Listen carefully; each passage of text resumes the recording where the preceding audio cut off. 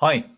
So it's funny because I talk about reinvention a lot, and I share this story how being a DJ at the age of 15 has helped me do what I do today at 50 something five.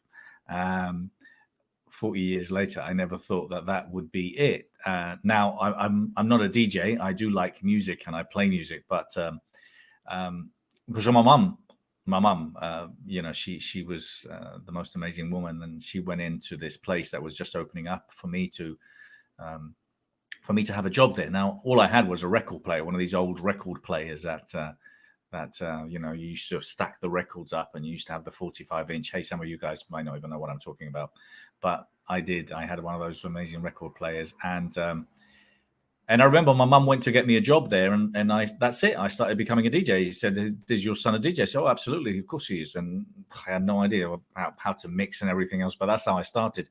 And I literally was working in nightclubs from till I was 25, 26, I think, and then I gave up. Then I had a family, but I was playing weekends and then the summers and stuff like that. But anyway, the bottom line is that it's funny because I talk a lot of the times that when we talk about reinvention, you don't necessarily have to reinvent yourself.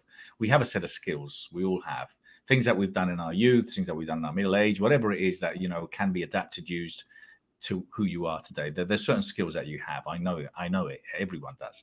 And for me, it was I used to do parties. So I was a DJ, and then eventually I started organizing the parties as well, and then organizing more of the parties, and then running the clubs, and so I literally had all sorts of jobs. And I remember basically what it was is getting a lot of people together under one roof and having a lot of fun.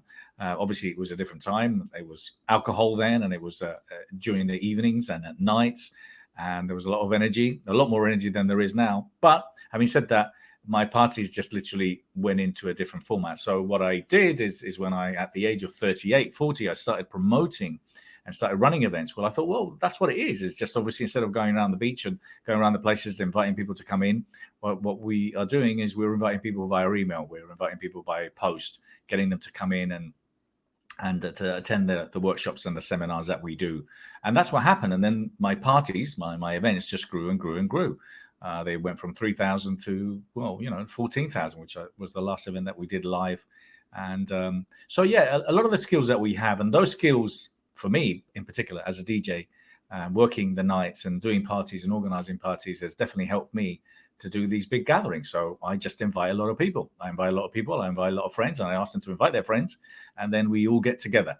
And the difference is, instead of me being the DJ and having lots of people dancing, well, there's 150 people playing music, or 200 people, depending on the event, and everyone is playing their tune. So look, that's how it's helped me. And I know that you've got a set of skills within you that can be enhanced and can be adapted to what you're doing today, or that you need to do today in order to reinvent yourself. And that's what I love doing. That's what I love working, is to see, what tune you have and what party we need to do in order to get you right at the forefront, so you can obviously rise to the top. So thank you so much.